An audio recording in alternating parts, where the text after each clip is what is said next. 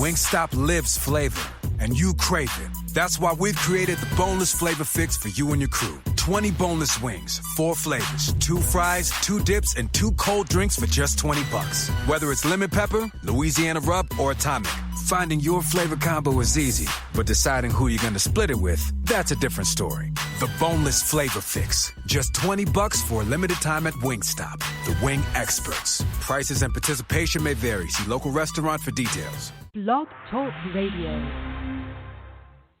Best-selling and award-winning author of true crime and crime fiction, Yvonne Mason is back with a brand new book, The Pink Canary, a book that delves into the life of a drag queen and a marvelous whodunit. You can find this and all of Yvonne's other works on Amazon.com or find Yvonne Mason on Facebook and Twitter. He's gonna kill me. Buy your copy of Pink Canary now. Good evening, ladies and gentlemen. Yes, it is Saturday night. This is Off the Chain. I am your host, Yvonne Mason, and yes, we've been dark for a couple of nights. 2 of my people canceled, and I took the nights off to regroup because y'all know I run this show about 4 nights a week, and sometimes it gets a little tiring, but it's still fun even after almost being here a year. That was an ad for my comedy murder mystery, The Pink Canary, set in Key West, Florida. It's about a drag queen named Lola who owns her own drag queen club. She's also a private investigator during the daytime. My friend Chris Dunham did the ad for me, and he does a fabulous job. So if you're looking for ads, whether it's for books, movies, businesses, whatever, look him up on my Facebook page and get him to do an ad for you. He's reasonable, and his ads are top-notch. I have to tell you, I am so excited, ladies and gentlemen. As y'all know, this is the anniversary month of the show. The show went live on July the 27th last year. Our first show was about my granddaughter who sadly passed away from an asthma attack, and the fact that her legacy is still with us because she is an organ donor. So this whole month has been a show of reflection, a show of different many emotions that have been going on. And this morning when I ran the numbers, because I am a numbers person, and I want to see how we're doing because the show is popular because of all of y'all, my listeners, my guests, like the young lady we have tonight, Miss K.M. Johnson-Davis, who I can't wait to get the show with her started. And the fact that y'all share the show, you give me feedback, you send me guests, it's amazing. Well, this morning, just on the show itself, ladies and gentlemen, we are at 18,418 listeners just on this show. I had said that I wanted to have at least 20,000 listeners by the end of the year, and now, ladies and gentlemen, we will have 20,000 listeners before the end of the month. I have no doubt about it because we're only 1,500 listeners away, and it is because of all of y'all. When you add all of the podcasts that I put this show up on after the show goes into archives, ladies and gentlemen, we have hit 30,119 listeners. To me, that is absolutely amazing for a show that is under a year old. It is humbling. I am full of gratitude and appreciation, and y'all keep me grounded.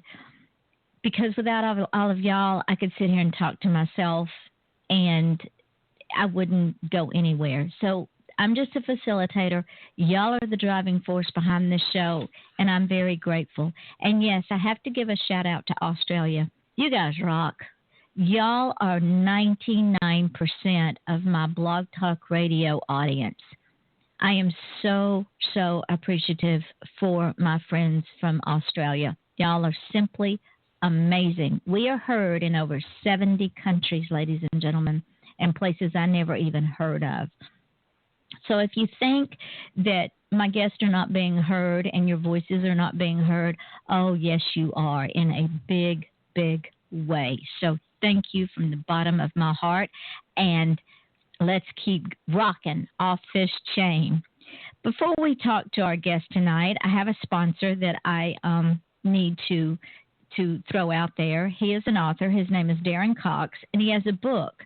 And KM, this is right up your alley. Don't let the enemy steal from you. A Crown of Thorns to a Crown of Righteousness by Darren Cox. And it goes like this.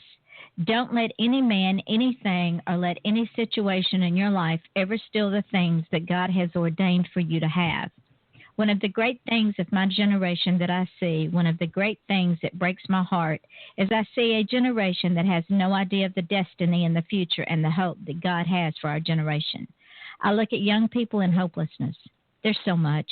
We have the cars, we have entertainment, we have the lights, we have everything that the world could offer a generation, and yet there's never been a generation more unhappy and more depressed.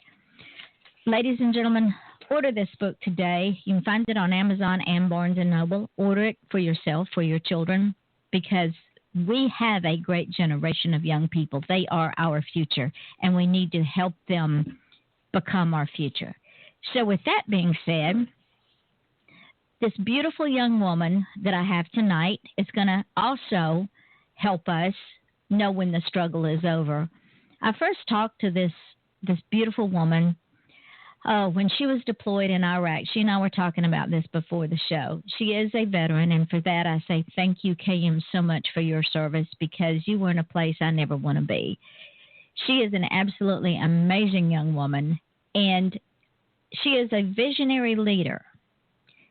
She is the CEO and founder of KM Johnson International, which is a coaching and consulting firm that specializes in teaching entrepreneurs and business leaders how to do life, business, and faith by design. KM is an internationally known motivational speaker, consultant, author, minister, and entrepreneur. She has served as an officer in the U.S. Army, been the business operations manager for a Fortune 500 company, and ran 2 successful businesses along with her ministry. Previously, KM hosted her own live radio talk show titled Faith by Design, which was produced by KM Johnson International Ministries and aired weekly on Christian talk radio station 100.7 FM. The Word. KM is a contributing writer for Arianna Huffington's Thrive Global and the author of Knowing the Struggle is Over, and It Starts With You, which comes out this fall. Currently, she travels nationally and internationally conducting seminars, talks, and trainings on faith, leadership, success, vision, and purpose. And ladies and gentlemen, you have to have all of those in order to be successful, because inspiring others to build their faith and live in the vision and purpose that God has given them is what KM is most passionate about. She focuses most of her time speaking and consulting. Thank you, KM, for agreeing to be on this show. And ladies and gentlemen, we've already set her up to come back on January the 31st. Welcome, my friend. How are you? I'm great. Thank you for having me, Yvonne.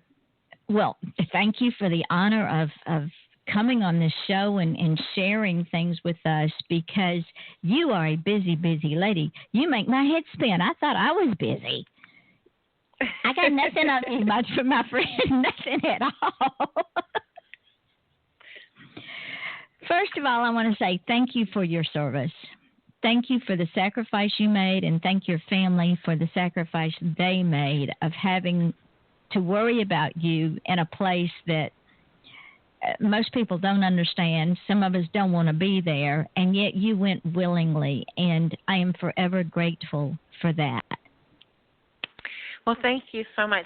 Before we go forward, I just want to say you are the most inspiring person that I think I've met since I entered into the self-publishing industry.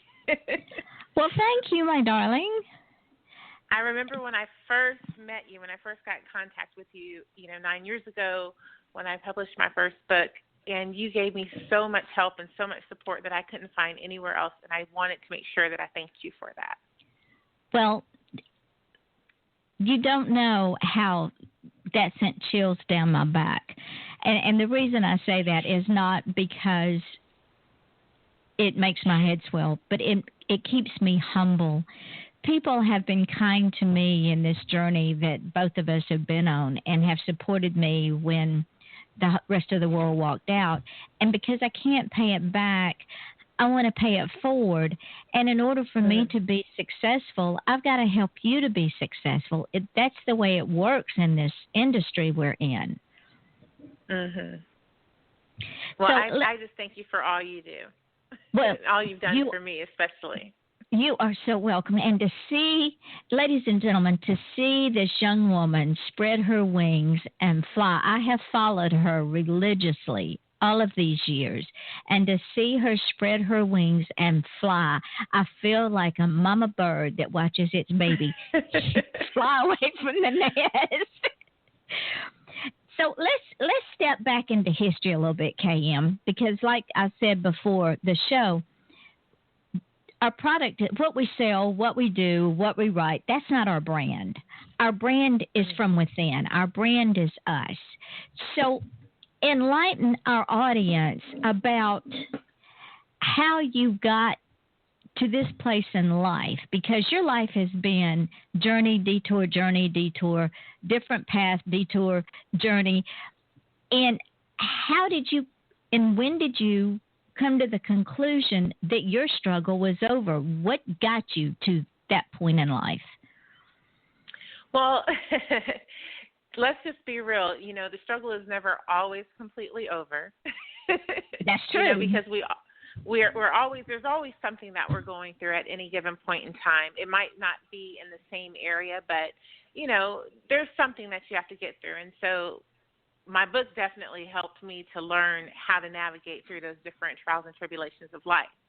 But how I got to where I'm at, you know, it was everything that I have had the pleasure of experiencing over the course of these years. Every twist, every turn, every detour led me to the point of where I'm at now and helped me to become who I am. And I think that even with the struggles that transpired in my life along the way, they helped me to grow.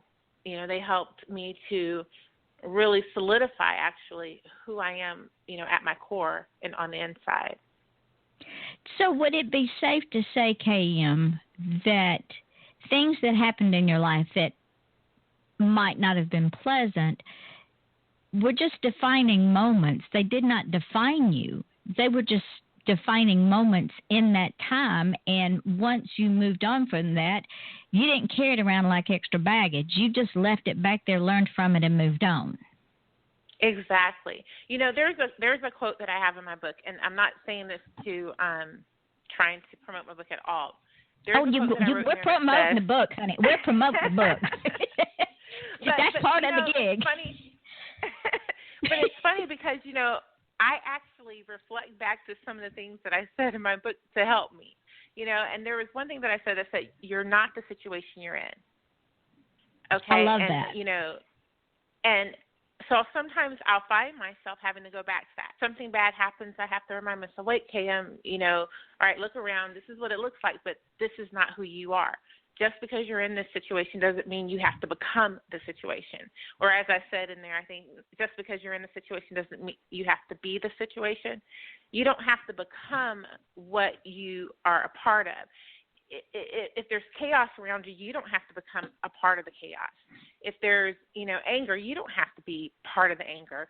If there's, you know, devastation, if there's there's lack around you, poverty, any of those things, you don't have to become that. And what that means is that as long as you center yourself and remember who you are and who you were created to be, and you continue to be that person regardless of your situation, then you can get pushed through it, because there's always going to be another side of it. There's always the end.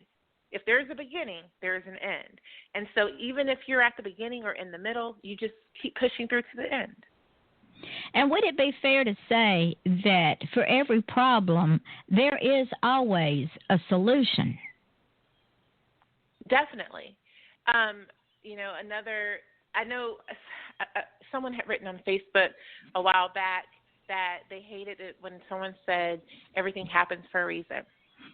Well, it does. I kind of wait a little bit sometimes, and I don't usually comment on a lot of controversial stuff. I try to keep it to myself. But I was like, but, I said, unfortunately, everything does happen for a reason, regardless if it's a good reason or a bad reason. And it's either by design or it's by intent. Exactly. And the thing is how you perceive it, how you perceive what happens for you and what you do with it. And so we have to remember that, in the Word, in the Bible, it tells us that all things work together for the good. So that when you say all things, you're saying that all. It's inclusive of good. It's not some. It's inclusive of bad. It's not many or most or maybe things happen. It's all things happen for good. So at the end of the thing, it's going to work out for your good. And so, again, remember how I said earlier, if there's a beginning, there's an end. So it's that same mindset, knowing that if this began and it's bad right now, there is an end, and in the end, it works for my good. And so it may not seem like it while one is going, because you yourself have been through some dark times, and it was by intent because you chose to go and serve our country. Mm-hmm. And part of going to choose to serve our country, you were deployed to a dark place, but that didn't make you a dark person. No. And it didn't turn out to be a dark situation. Yes, I was deployed, and yes, there were bombs flying over, and we had, I was deployed twice. I was deployed to Bosnia once and then another time to Iraq. Of course, Bosnia wasn't as bad as Iraq. However, they both had their own situations. While I was in Iraq, did I face any incoming? Yes. Did I face any danger? Yes, I did. More often than not. But when I left with a published book, a future husband, the man I'm married to now, and a new direction on what my life was meant to be. So a lot of things came out of that were good, even though it was not such a good situation to be into, from the beginning. Would it be fair to say that more times than not, we become our own worst enemy when we're faced with situations?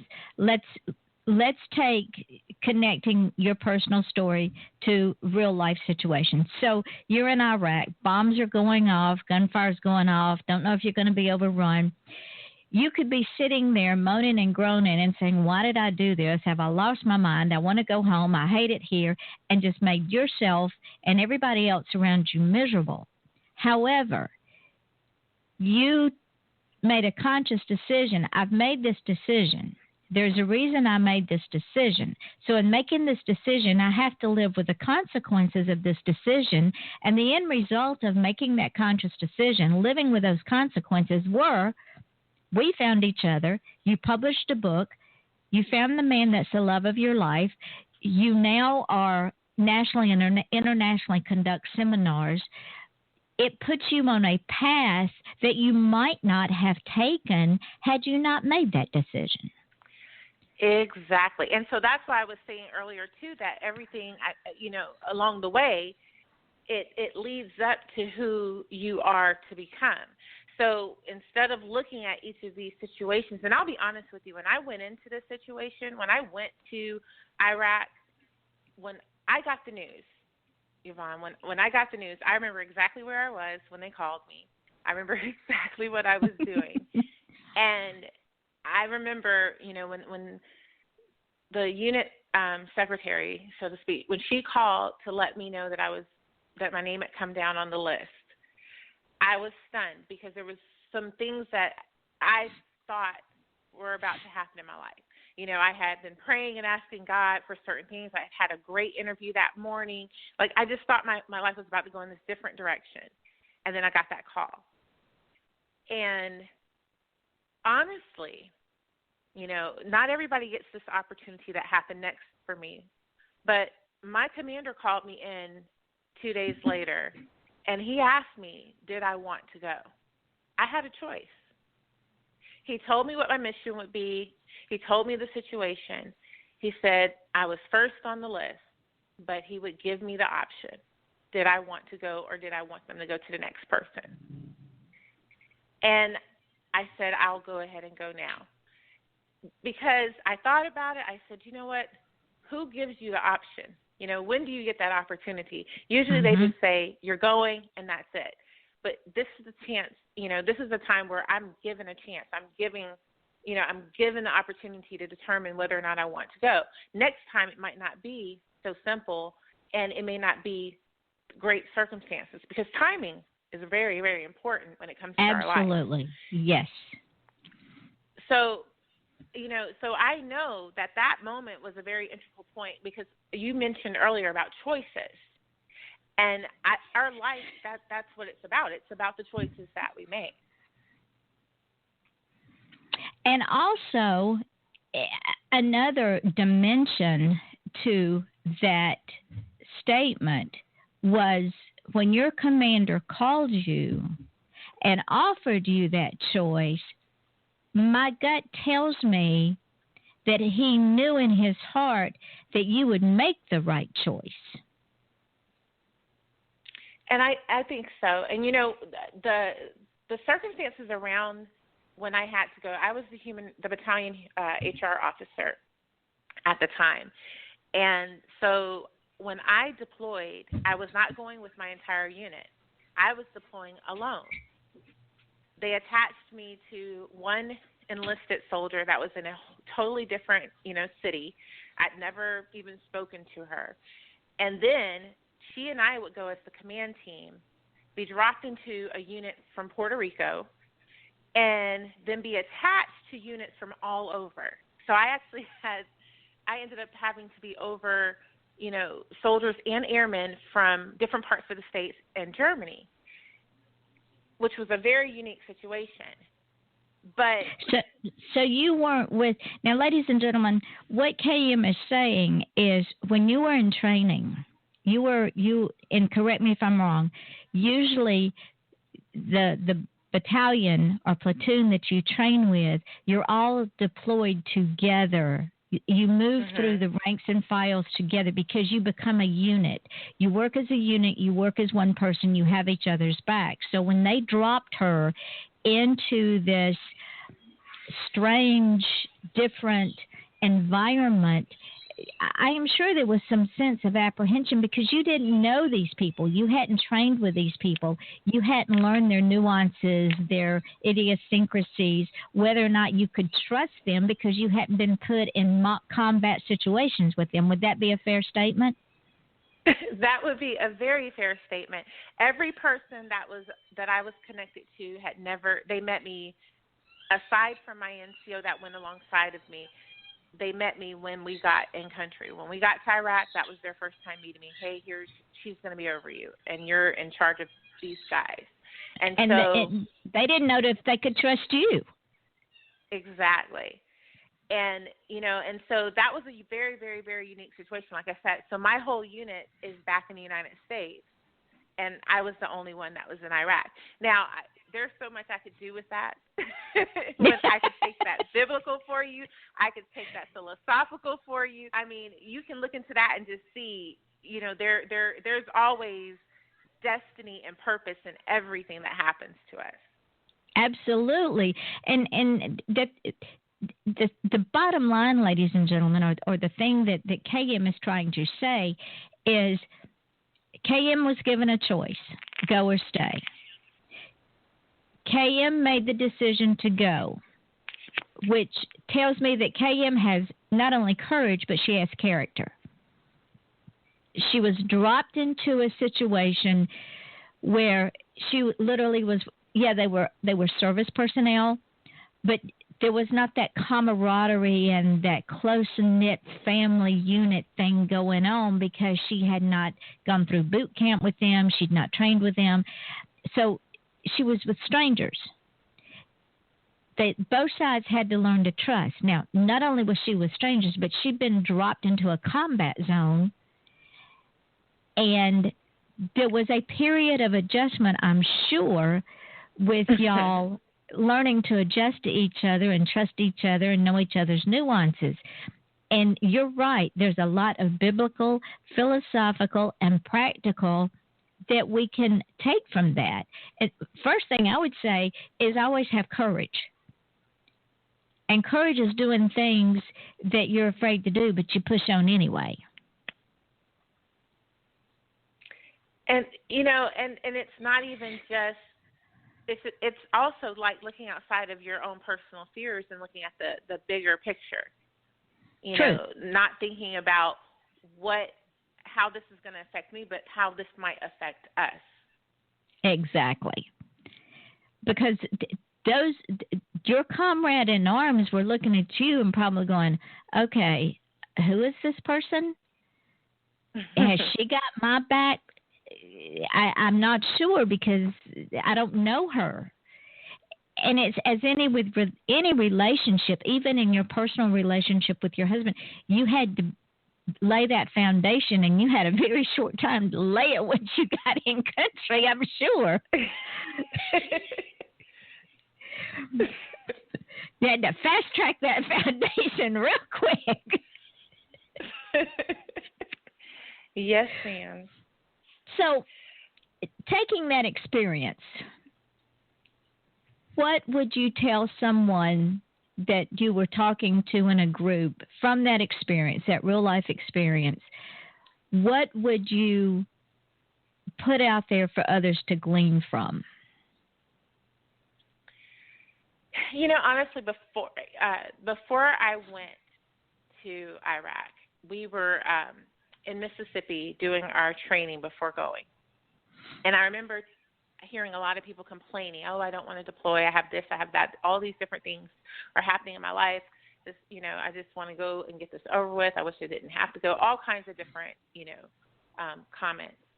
And I remember taking a group of soldiers to the side and I said, write down 3 things other than money that you will get from this experience. 3 things, 3 good things about going. Don't think about all the negative stuff. Just find 3 things.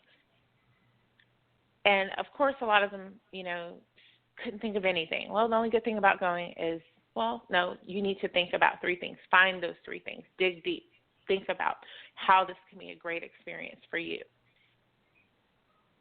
I tell you that because when you go into a situation, because when something gets ready to happen to us or is about to happen or is happening, we kind of sense it. We know that this is the beginning of it. And it's hard to look past that initial frustration. And for me, what I got from the entire experience was holding on to those 3 things, holding on to those 3 expectations of something great from my experience.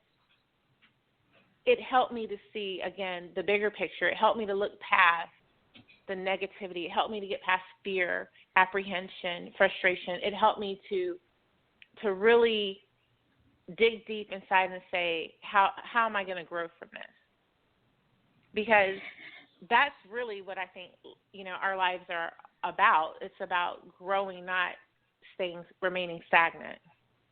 Because if we remain stagnant, would it be a safe statement to say it's like anything that becomes stagnant, it eventually dies? It eventually dies. And then, like with water that sat for too long, in a sink or in a, if it hasn't been moving, like when we have rainwater, it just sits there, it begins to smell. Mm-hmm. And so you don't want that. You don't want things to stink or become stale or die in your life, and so you have to always be thinking, how can this make me a better person? Because by you becoming a better person, again, it affects everyone else around you. And would it also be fair to say that all of the negativity that started creeping into platoon as y'all were training to be deployed, that breaks down the cohesiveness of the unit itself, and it creates stumbling blocks and brick walls and tears down relationships, just like in any relationship, to the point that once y'all were deployed, that you would just have a mishmash of people that aren't watching anybody, not even themselves.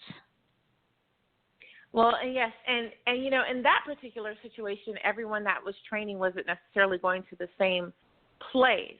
But what I would say is that in any situation, if you have a lot of negativity and doubt, there's no way you can succeed. You know, doubt and success cannot coexist.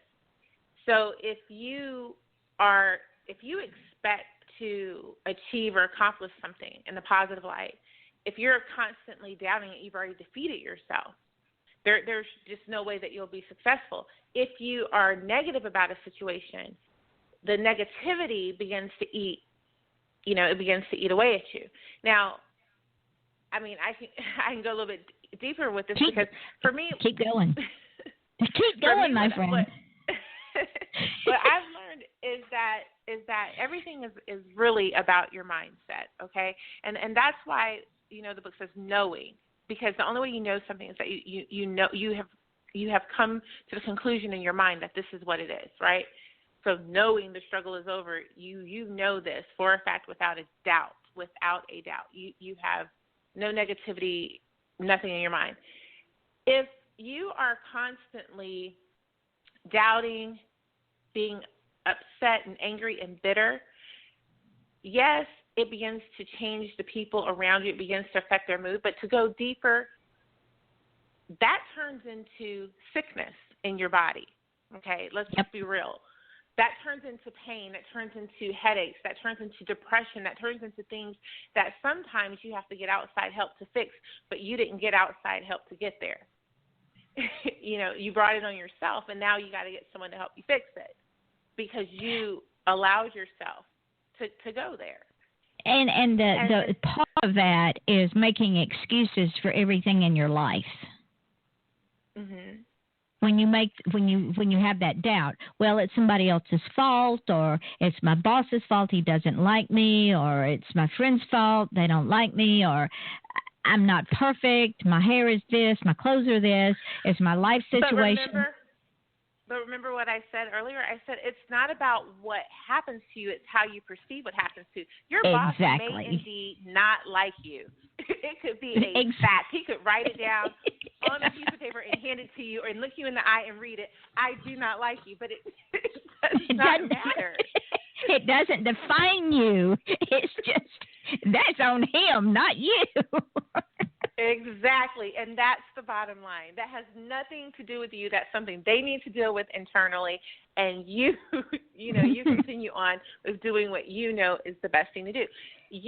Let me just take a second to empower for a minute, because this is what I've learned. Like when we come into a struggle, whether it's financially, whether it's spiritually, whether it's just emotional struggle, whatever it might be. Generally what's happening is we begin to break ourselves down. And when we're blaming other people or we start to blame how we were created, saying, oh, I don't like my hair, it's my hair, or I don't look good enough, or I'm not this, I'm not that. We're trying to find a reason why we didn't do what we were supposed to do in the first place. And that is to be who you were created to be. If you have blonde hair, brown eyes, and you're 5'1", 95 pounds, that's just how you were created, and so be it. Go on with how you were created. Don't make excuses for those things. Use those as your tools, because everything that you were given, your skills, your abilities, your talents, your gifts, even the experiences in your life, they were a gift. Everything that you've been given, created. They help to create who you are, and they're there to help you to pursue your purpose and become who you were destined to be. I'm gonna tell a real quick story, because what you just said took me 30 years to come to that conclusion. When I was younger, at 2 years old, I don't know why, but I knew that I had to please all people all the time. And the grown-ups fed into that because they would always say, Yvonne, you're the strong one. You have to, when somebody would die, Yvonne, you're the strong one. You have to help your mama. You have to help your daddy. You're the oldest daughter. You have to do this. You have to do that. And then the teachers would say, you're not good enough for this. You're not good enough for that. So I would try to be all things to all people. And I wound up, KM, losing the uniqueness of me. Mm-hmm. And when I woke up and I said, wait a minute, people, this is who I am. If you like it, fine. If you don't, that is not my problem. It is your problem. Because this is me, and I kind of like me now. Exactly. You know what, though? But guess what? Everybody has that story. I've come across so many people. They may not have the story of people turning them into a people pleaser and not accepting them for who they are, but they have that story of, not accepting themselves for who they are, and for so many years trying to be whatever they thought others thought that they should be. I have that story. I have that. I was not necessarily a people pleaser, but I was a parent pleaser. I wanted to do what I thought would make my parents happy. But when I finally told them I wasn't going to law school, I think that crushed everything for them, and I was free from there. But that wasn't your dream. It was their dream. Well, it was my dream at first, but I think it was my dream because I thought that it would have made them happy. Right. And it wasn't until, maybe a year ago, I remember my husband and I, it's crazy, but we sat one day, we were sitting in the car, and I finally just turned to him and I said, I don't like washing dishes. This is who I am. Good for you. But I love mopping. I'm tired of trying to be this person that I'm not. I love you, and I want to be the best wife to you, but I can only be the best wife to you if I can be myself. And stop trying so hard to do all these things that I'm not good at because they're not who I am. And then so he told me all the things he didn't like to do. And we came up with, a system, and we were able to work together. And I think that we are so much better now because we were so open with each other about who we truly were instead of trying to be these perfect people for each other. And it's the same thing with people outside of your marriages and relationships.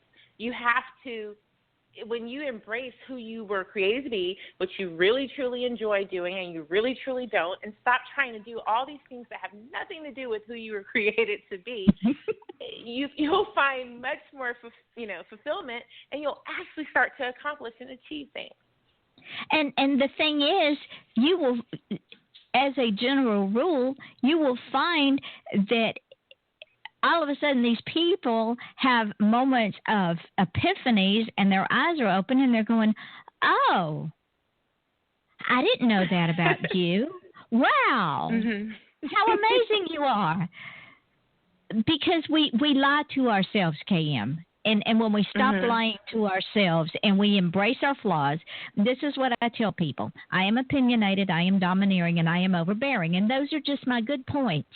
But I'm also loyal and lovable and honest, and I will go to the wall for you if you're right, but I'll be the first one to nail you to the wall if you're wrong. But I always have your back, right or wrong. I will have your back. And those are good points, too. Yes, I have flaws, but that's okay. And we all do. And I think that's the point that people seem to miss. Whether Absolutely. You're sitting in the highest position in the world or you're sitting at the lowest position in the world, we all have flaws. We all have something that can be corrected. We all have something that's not so quite perfect. And it's just who we are. It's how we were created. But we have to be able to accept that. It's funny that, you were saying earlier about how we lie to ourselves. I will tell you, 99.9% of my coaching clients spend the first 90 days learning how to stop lying to themselves. Because I tell them that everything that the conversation that we have is like them talking to themselves. I'll say that sometimes, like pretend like you're talking to yourself. And so when they start saying things, I can tell that they're not being quite honest with me. And if they're not being quite honest with me, then they're definitely not being honest with themselves. I've even had to have them, sometimes I'll have them have a mirror up and talk into the mirror and say the things that they're saying to me. And you start to realize, hey, wait a minute, I'm not really telling the truth, am I? This isn't really who I am, what I want, what I desire, where I'm trying to go with my life. This is all scripted and what someone else told me.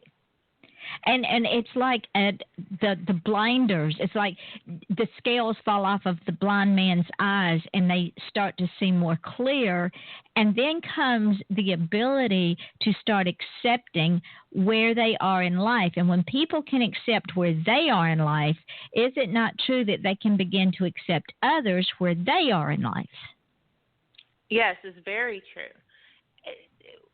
And let's just say, okay, not even just accepting where you are. I like to say, and it's coming to my mindset to say, knowing the position that you play on the field. If we were all a big softball team and I know that I'm the right fielder and I know what my position is and I know how to play and stay, do what I'm supposed to do over here, I'm not worried about you, and I can accept that you might be the pitcher. I can accept that you might be, on first base, whatever. I can accept that because I know where I'm supposed to be and I know what I'm doing. And the rest will take care of itself. Exactly. But if you notice how I use the analogy of a softball team or a baseball team or whatever, because we're all connected. Yes. So even if you may be doing your Blog Talk Radio show and I'm, over here speaking, we are still connected. We are still connected. This is still going to benefit. We will benefit each other in helping move whatever needs to be moved forward if we do what we're supposed to be doing at that given time. And if we encourage one another from our positions, and let's go back to the softball team. You're in right field, and I am the pitcher, and I'm having a bad moment. What does the team do? They rally around the pitcher, and they give them encouragement, and they help them to come up out of themselves and be the best they can be. Exactly, and that's how it should be. Because even though you might be doing well, in your spot, you may not have had any issues where you're at. The sun may not be shining in your eye, but the pitcher is having some issues where, on the pitcher's mound, then just because everything's all gravy over here doesn't mean that I can't go over there and see about you and help you out. And exactly. I think we get so lost in our situations that we tend to forget those little, those simple things that can help move everybody along. And like you say, we are all moving in a direction. And most of us want to be the best we can be. Some of us don't know how. Others are struggling because we keep carrying the past with us like a ball and chain. We haven't learned how to let it go and stay back there in the past and just let it be defining moments and not part of who we are. So those of us that have traveled that path, it is up to us to pick those souls up and say, okay, let's get you dusted off here. Let's wash your face and dry your tears, and let's show you how to put one foot in front of the other. Yes, definitely. And then, there's going to be those anomalies, that there will be those times where you just can't pick the person up. You can't dust them off. They're rejecting it. And those things happen, and those times happen. Because I don't want people to get discouraged if they're like, well, I've been helping, so-and-so, and they're just resisting. Well, then you've done all you can,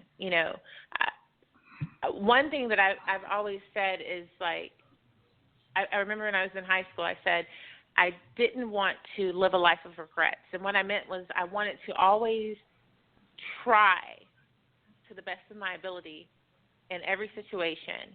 And when I've done everything I possibly can that's when I'll give up. Yeah, because I've people lived by that.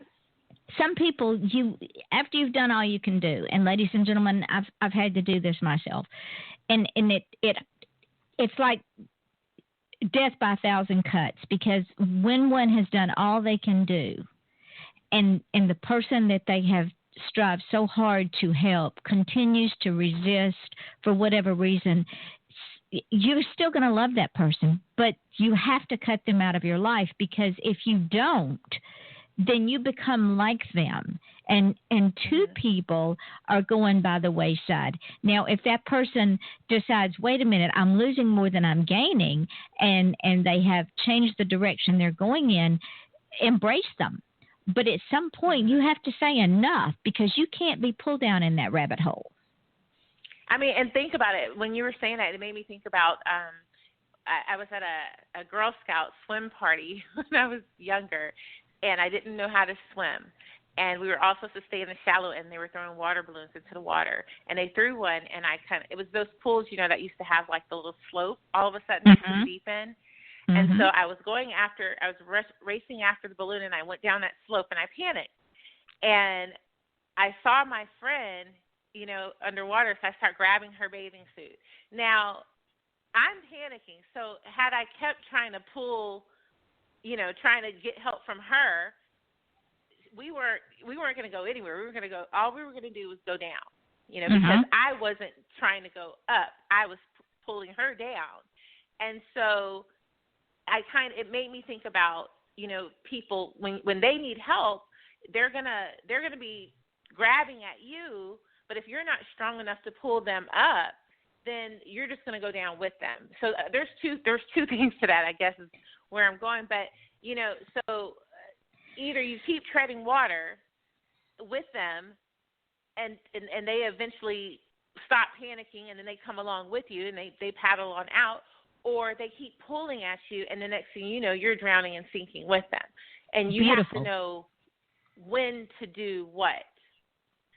When to say, okay, you're still pulling at me, so I'm going to have to let go. Or, okay, now you got yourself together, let's get to the side. That is a great analogy. I love that. I love it. Now, let's talk a few minutes about a phrase you use called faith by design. Because I'm sure a lot of people are going, what does she mean by that? So explain in the few minutes we have left, because this is why I say you're coming back in January, because we're quickly running out of time. Explain about faith by design, KM. So really, faith, everything that we do, I believe, is by design. And faith by design was birthed out of the thought that, in the Bible it tells us that we are all given a measure of faith, of faith. It doesn't say if it's an ounce, a quart, or a pound. It just says a measure. And so it also tells us that if we have faith as a mustard seed, I'm not going to finish the scripture, but it talks about the mustard seed. And if you know the size of a mustard seed, that's not that big. And then there's other phrases throughout the Bible that talk about your faith. And I believe that our faith can be grown. Obviously, if we are given a measure, we know that all we have to have is a mustard seed to do certain things, but it can be grown. Then there's a design that happens there. It's being designed and crafted by you. Your faith starts out at a certain level, and throughout your life and throughout certain situations, and it may go up and down along the way, but your faith is designed by your life. It's designed by your responses to life, how you respond to life, how you interact, how you grow it. And it's up to you to be able to nurture it and grow it. Would it be safe to say that we can go back to the old adage, is the glass half empty or half full? And as my son says, it's still just a glass. So what he's saying is, it's a glass. What we choose to to do with that glass, or how we choose to fill or empty that glass, is on us. It's our responsibility. So our decision of whether the glass is half empty or half full, that is, again, faith by design. Mm-hmm. Yeah, well, and it also, I'm going to have to be with your son here on this, and I have to say it depends on the size of the glass, too. But I like that. Perfect. And that is true, because it could be a 3-ounce glass, or it could be a 20-ounce glass, or it could be a gallon. And, exactly. And with everything that goes on in our life, and ladies and gentlemen, we all have trials and tribulations. It is what it is. I used to pray for patience. Well, when I prayed for patience, stupid me, I forgot when you pray for patience that you're sent trials and tribulations, because that builds patience. So yes, I quit praying for patience. Yeah. I just prayed for strength to get through the trials and tribulations. I said, enough. I don't need the patience. Forget it. Have too many trials and tribulations. I get it. I'm done with it. You know, I want to say, like, when it comes to faith, you have to have a belief in something. Either you believe in it or you don't believe in it, but either way, you're believing. Exactly. So, that is true. You are absolutely, and that whether you're a self-proclaimed atheist, whether you believe in God, whether you believe in the spirits, that whatever you believe in, there is a faith there. And this is where people trip over the word faith. They take that word and say, well, I don't believe in God. That's okay, but you believe in something. You believe there's no God, so you have a faith that. Faith is the substance of things not seen, or the faith is I get my scripture screwed up. It's the evidence of things not seen and the substance of things hoped for. So they have a faith. Everyone has a faith in something or someone. And, I mean, we have faith in the chairs that we're sitting on. The chair you're sitting on right now, you have faith in it because you did not check to make sure the screws were tightened before you sat in it. Exactly. You know, we have faith in the gas that we put in our cars. You know, I think all the time when I'm putting that premium in my gas tank, is this really premium? But I'm still pumping it, aren't I? So I really do have faith that that's premium coming through that hose. And so, you know, why then, if you can have faith in those things, why can't you have faith in your ability to get through a situation that you've been faced with, your ability to come out on the other end, your ability to achieve or accomplish those things that you set out to do? Love it. Because at the end of the day, what it is that you don't have faith in yourself if you don't. And that states it perfectly. And I would venture to say that 99% of the world, from the leaders of the world on down to the janitor and the Fortune 500 company, 99% of the people have no faith in anything. Mm-hmm. Because they haven't yet learned what that word entails in the big picture. Well, if they continue down that road, then that's where what we talked about earlier, the doubt and the negativity and the bitterness and all of that comes from. And then, you know what, that is all that you're going to have, because we attract what we are. And so if you've become this bitter person and this person full of anxiety and fear and destitute and negativity, then that's what's going to keep coming at you. You know, and so until you turn that around, nothing else will turn around. Go ahead, finish, please. Well, I was going to say, and that is what knowing the struggle is over is really about. It's about knowing how to turn that mindset around so that you stop seeing the thing for what it is through your natural eyes, and you begin to allow what you are, the possibility of it being the good part, when you start to allow that to manifest. And by the end of that thing, it will manifest. And with that, ladies and gentlemen, because we're going to run out of time, this hour has flown by. I've loved it so much. You have inspired me yourself. Tell the folks where you can be found. You can check out my website, www.kmjohnsondavis.com. And I'm all over Facebook, all social media. Just Google my name. And ladies and gentlemen, she's wonderful. I'm telling you, I love this girl. Never met her in person, but I feel like that I have known her all of my life. And she's right. We all are part of a unit. We can either all win together or we can all lose separately. It is up to us. And everyone knows my philosophy about this and the fact that if we don't have dreams, we don't believe in dreamers, then we have no future. And before we run out of time, I want to thank KM for being here. And yes, she is going to come back in January. We will continue this inspiring, uplifting, positive conversation. And if we helped one person tonight, just one person, to knowing when the struggle is over and knowing that it starts with them, then, ladies and gentlemen, this show has been worth every minute. So, KM, thank you, my darling. Don't hang up when the show goes dark because I want to chat with you for just a minute. But I wanted to say, ladies and gentlemen, y'all all know at the end of the show, I say these things. Don't just feel special. Be special. It took me a long time to learn that. And if you want to achieve greatness, please stop asking permission, because you don't have to have anyone's permission to be great. You are great. Your smile is your logo. Your personality is your business card. And how you leave others feeling after having had an experience with you, ladies and gentlemen, y'all all know I say that is your business card.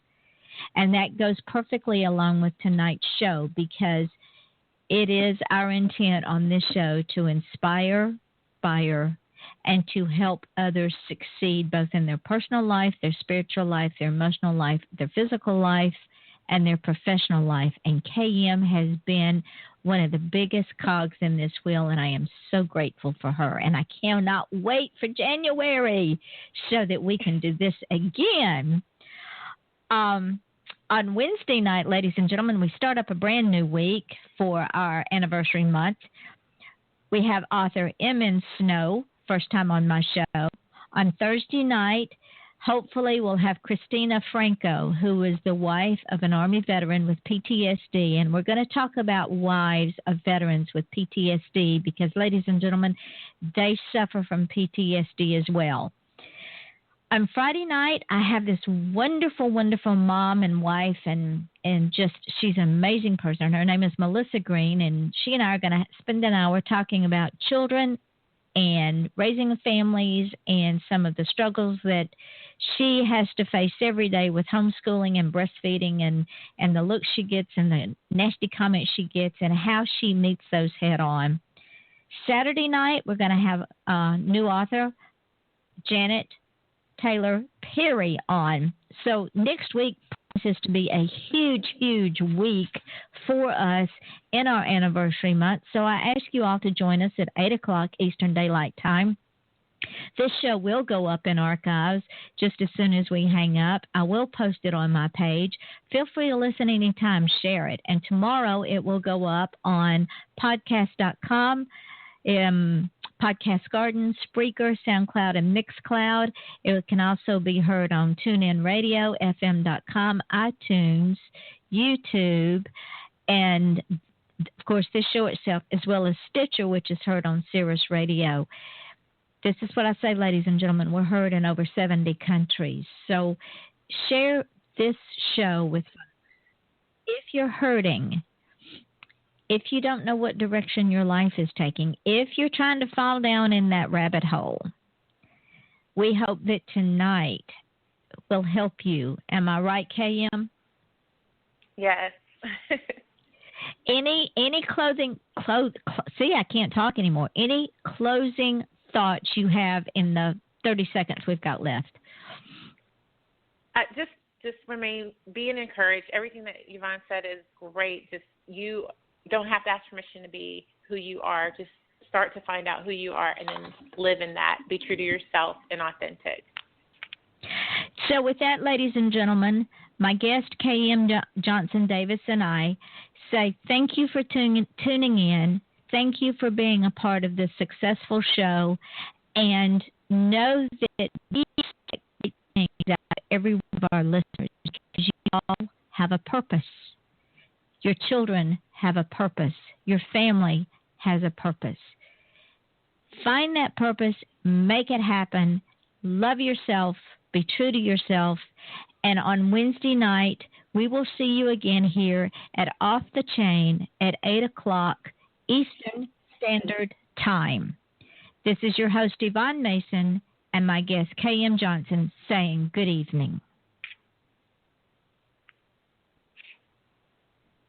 K.M., we're in archives now, and, of course, all this will be heard in the archives. But I just wanted to say again, thank you, my sweet friend, for coming on the show and inspiring us. I can't wait till January. Thank you for having me. I hope you had as much fun as I did. I did. I really enjoyed meeting with you again, and I'm going to have to meet you in person. I'm going to have to make that happen. Oh, absolutely. Anytime you want to come to South Florida, honey, pick up the phone and say, I'm on my way. Well, you know what? I might. I have my best friend is in Miami now, so I might have to. Well, see, I'm north. I am north of her. I'm 3 hours north of Miami. Yes, I'm in Port St. Lucie, right on the way to Miami. She was in Tampa, and then she moved to Miami. Well, just come on down. We'll be here. Definitely. I'll let you know. All right, darling. Thank you again, and we will continue this conversation in January. All right. Thank you, ma'am. Talk to you then. You have a blessed weekend. You too, Bye. sweetheart. Bye-bye.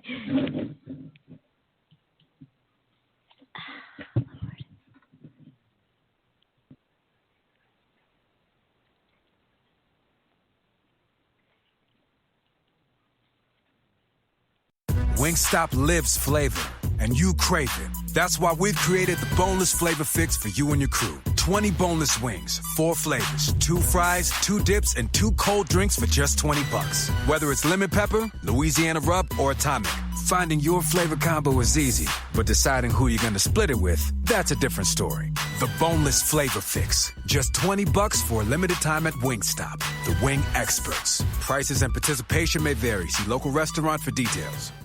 Wingstop lives flavor, and you crave it. That's why we've created the Boneless Flavor Fix for you and your crew. 20 boneless wings, 4 flavors, 2 fries, 2 dips, and 2 cold drinks for just $20. Whether it's lemon pepper, Louisiana rub, or atomic, finding your flavor combo is easy, but deciding who you're going to split it with, that's a different story. The Boneless Flavor Fix. Just $20 for a limited time at Wingstop. The wing experts. Prices and participation may vary. See local restaurant for details.